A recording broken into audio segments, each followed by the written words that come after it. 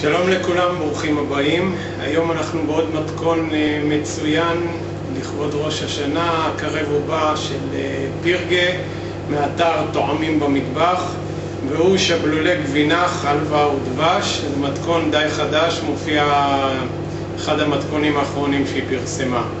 אז הצטרפו אליי לאופן ההכנה.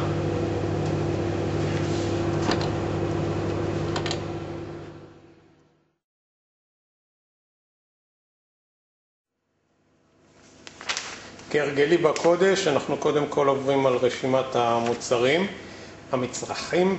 אז המצרכים לבצק הם חבילת שמנת 9% שומן, 2.5 כוסות קמח תופח, אם אין לכם אז 2.5 כוסות קמח עם שקית אבקת אפייה, 200 גרם חמאה רצוי בטמפרטורת החדר, ביצה אחת, חצי כוס סוכר,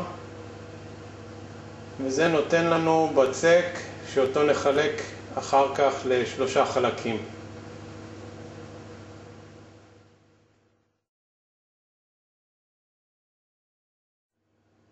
לתוך קערה אני יוצק את כל החומרים, את הקמח,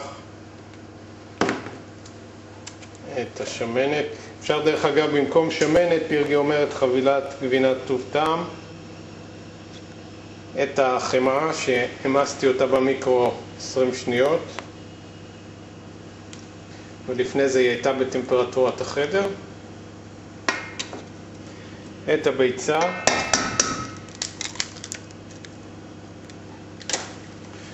ואת חצי כוס הסוכר. ואני מתחיל פשוט לערבב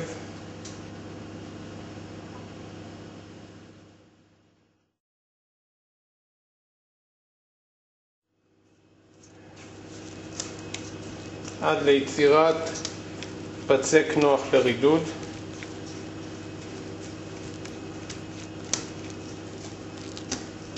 נתראה כשהבצק יהיה מוכן.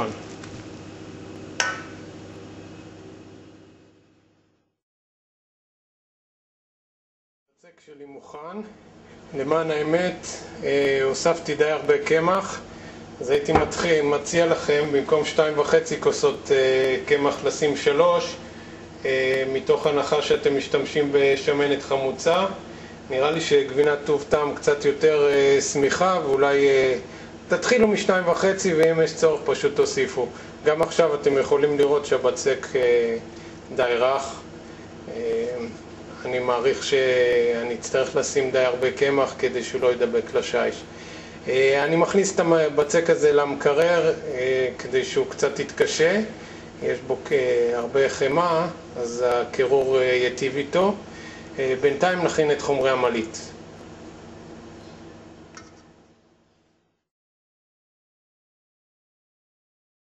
נעבור במהירות על חומרי המליט.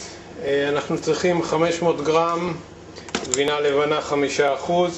אנחנו צריכים 2 כפות אבקת אינסטנט פודינג וניל, 2 כפות חלבה, 2 כפות סוכר, 2 כפות דבש, וזהו לפי דעתי.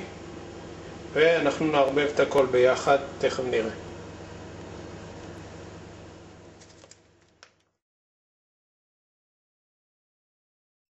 כן, בתוך הקערה שפכתי 500 גרם גבינה לבנה 5%.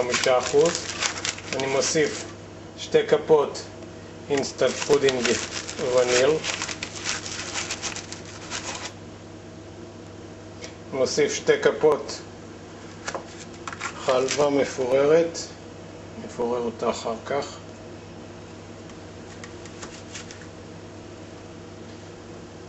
אני מוסיף 2 כפות סוכר,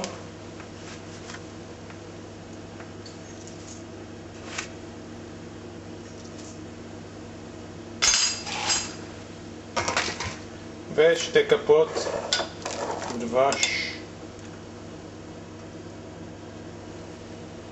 1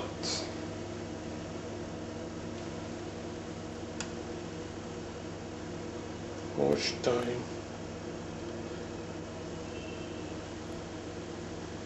יהיו לנו הכל. כן, יש לנו הכל. גבינה לבנה, אינסטנט פודינג, חלבה, 2 כפות סוכר, 2 כפות דבש, לערבב. אז אני מערבב.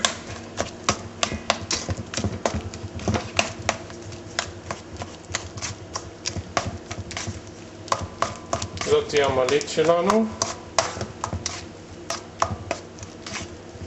בינתיים כדאי מאוד לחמם תנור לחום של 175 מעלות.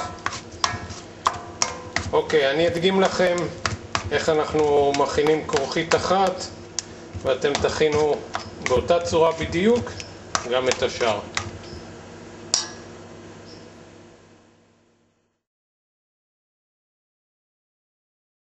על השיש אנחנו מפזרים קמח בכמות נדיבה כדי שהבצק הרך שלנו לא יידבק. נפזר אותו. את הבצק שלנו אני מוציא מהכלי, מניח על השיש ומחלק ל3 חלקים. לצורך העניין אני אעבוד עם אחד החלקים בלבד, נראה לי שזה שליש. אני עוד קצת מעבה אותו כי הוא עדיין נראה לי קצת רך מדי.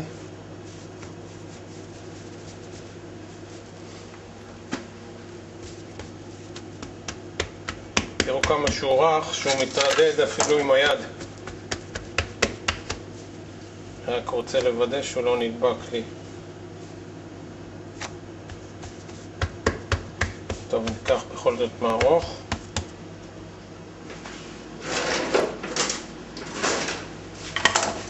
מורח את המערוך במעט קמח על מנת שהוא לא יידבק לבצק, ומתחיל לרדד.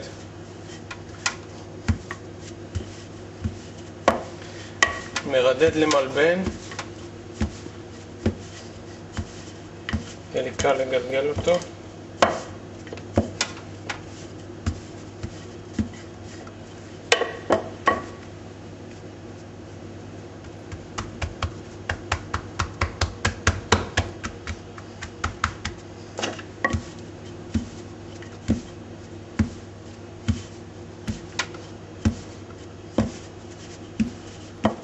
זהו, קיבלתי מלבן מרודד, ועכשיו אני אמרח עליו את המעלית.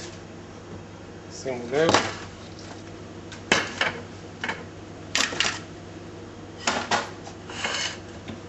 אתם יודעים שלא הכי נוח בעולם לצלם ביד אחת ולעבוד עם היד השנייה, אבל ככה זה, החיים לא קלים.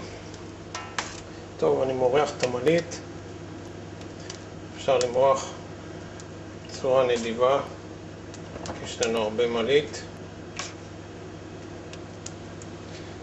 תקפיד למרוח על כל הבצק. תמיד אנחנו לא רוצים את השוליים, את הכרוכית הזאת שאין בה כלום בעצם. אז כדי שלא תהיה כרוכית כזאת, כדאי למלות עד הקצה.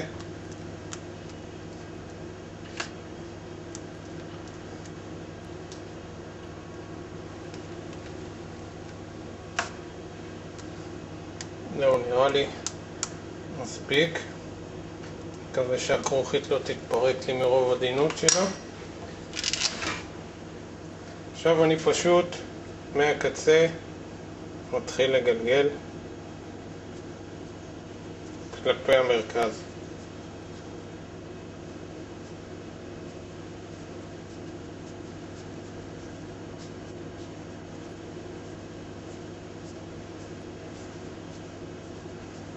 זהו, עד שאני מקבל כרוכית.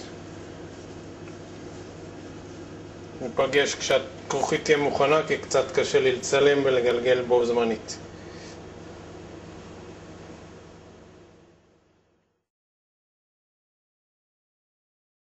בצד אני מכין תערובת של כפית קינמון עם 3 כפות סוכר.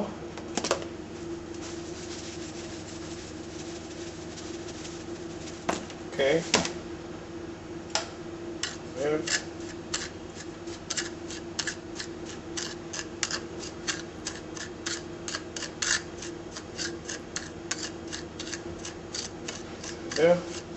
עכשיו את הכרוכית שהכנתי אני מתחיל לחתוך לפרוסות די עבות.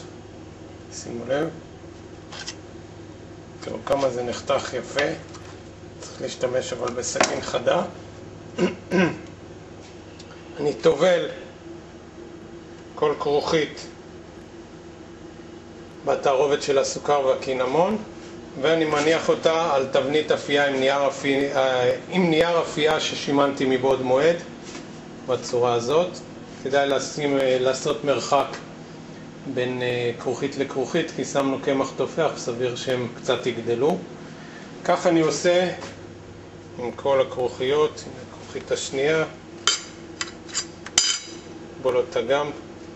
חשוב את הקטע שטבלנו בסוכר והקינמון שיהיה למעלה, כן? זה עוד אחת.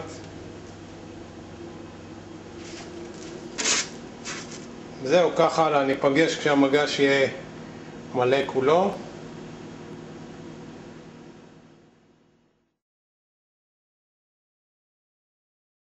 הנה המגש שלנו מוכן לקראת כניסה לתנור. שימו לב כמה יפות הן נראות.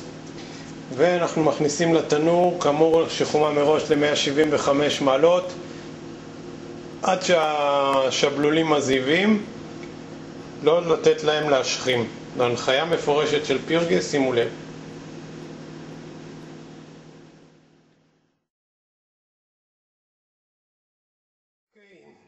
נגלה ראשונה של עוגיות יצא מהתנור. תראו כמה הן יפות. אתם לא יכולים להריח את הניחוח, הלוואי והיה אפשר להעביר את זה דרך הוידאו, אבל פשוט ריח נהדר בבית. שימו לב, זאת יותר מדי הייתה בתנור.